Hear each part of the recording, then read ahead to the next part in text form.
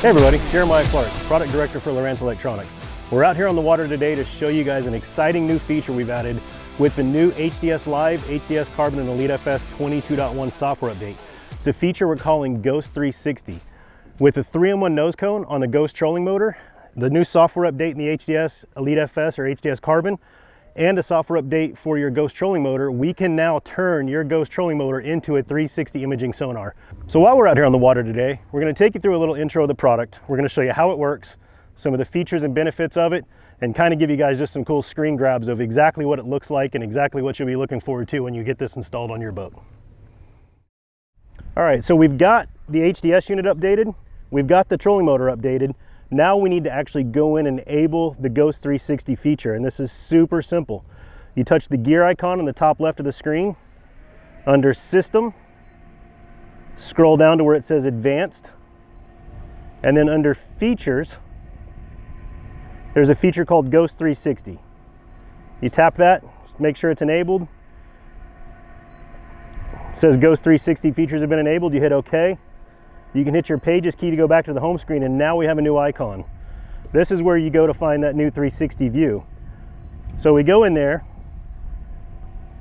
and you just start a scan. And as soon as you start a scan, the trolling motor is going to center.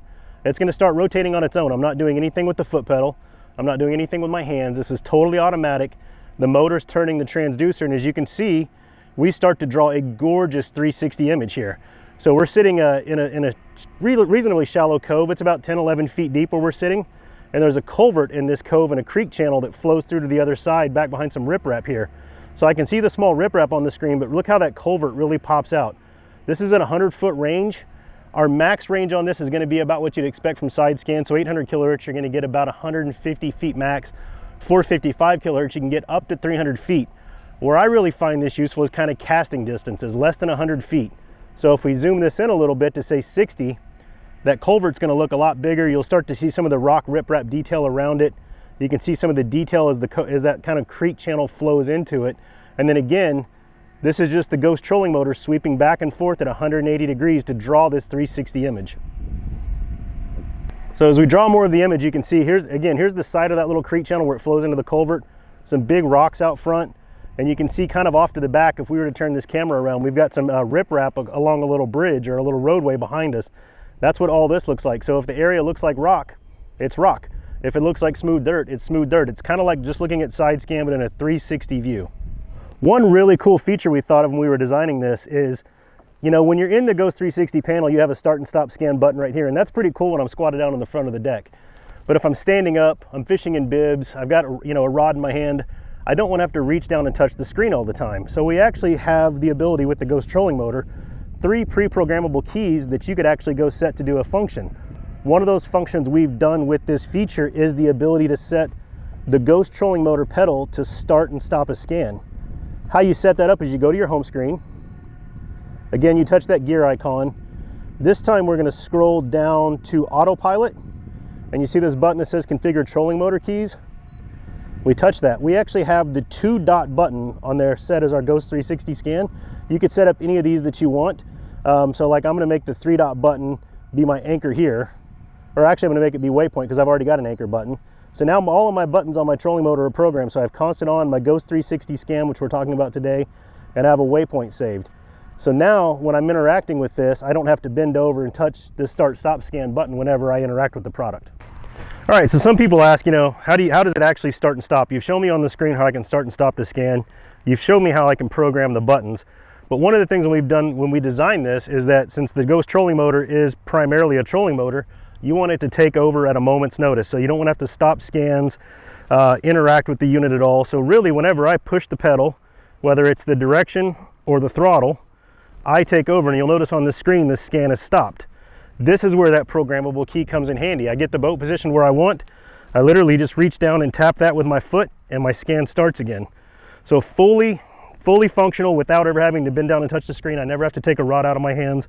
Off I go with the new scan. If I need to move the boat again, I just move the boat again, and when I'm done, I start another scan. All right, so I've shown you kind of some of the basic features of the actual product itself, kind of some of the, you know, the what is it.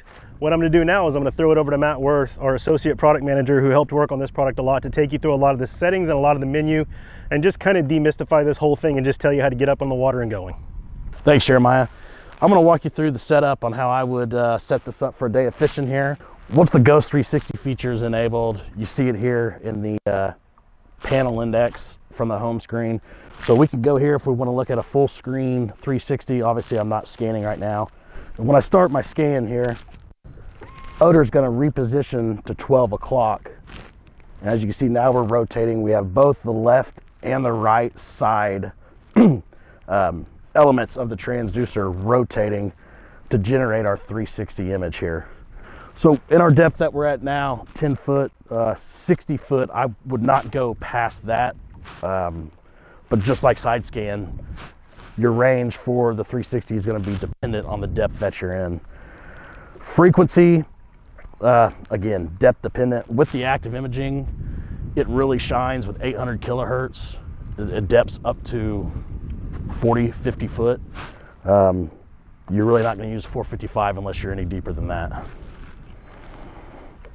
Auto contrast, just like all of our other sonar products or features, we set this to default auto. Our goal is to make this so simple, these settings, to where you just turn it on and fish without having to adjust a bunch of settings. Color palette setting on Ghost 360 is the same, gives you the same selections as side scan. Of course, default's number 6. Again, user preference for color palettes. Personally, I like number 10 for 360 as well as side scan and down scan. I feel like I can see it better in the sunlight. But as you see, when you change color palettes, it starts the new color at the current position of rotation when it starts. So it won't update your image, but it will start painting that new color you selected throughout the rotation. Now on the screen, we have the advanced menu. The only one you would possibly have to adjust here, and I say possibly because throughout the boats we've tested 360 on, we've never had to go into this position setting. So as you see right here, we are power poled down right now, so the boat's stationary, is not moving. We have a culvert out in front of this piece of riprap that's behind the boat, and that's 100% accurate. We know that. But let's say a new setup, you go out there and you know the known piece of structure is, offset. Maybe it's in the incorrect position. At that point, you would access the screen and adjust either plus or minus in the degrees that it would take to bring your piece of structure back to its correct location. Like I said, this one did not require any position offset adjustment, so we leave this one on 0. The last one here on the menu bar list is more options. Go in here at the top, stop sonar. When stop sonar is enabled on 360, remember it's coming from the active imaging 3-in-1 nose cone. So when you stop it here, it also stops side and down scan at the same time, or vice versa. If you're in side scan or down scan and you stop, it's going to stop all 3. Look ahead, this is an option we put in here to kind of give the user, it kind of zooms in on the image, brings it down a little bit, and kind of gives it just more of a what's out in front or to the sides, not really focus on what's behind the transducer or the boat, because we get rid of that and we're kind of just giving you more, a bigger image of what's out, what's in front to the side. Last one here is turn speed. Now, as you see, turn speed is currently grayed out. That is because we are under a live scan right now. So in order to adjust the turn speed, we have to stop our current scan, and I'm going to use the foot pedal to stop. Now you see turn speed is active. I can go in here. Slow, this is going to be about a 40-second full rotation, full 360 image. Medium is around 30 seconds, and fast is about 20 seconds. Now with turn speed, fast is going to give you the quickest rotation, the quickest time to make a full 360 image, but the least amount of detail. The slow setting is going to give you the slowest rotation, with the most detail. And medium is kind of an in-between all around the best setting, which is why we set this on default. Now with the fast setting, I did want to go ahead and show you that even though it is going to be the least amount of detail, it's still pretty good. So you know the culvert we've been looking at over here to the left of our boat. I'm going to go ahead and start a scan again with my pedal using the fast speed and show you what the culvert looks like now. And again, we said this was around 20 seconds. And as you can see there, I can still make out that piece of structure, that culvert, pretty good.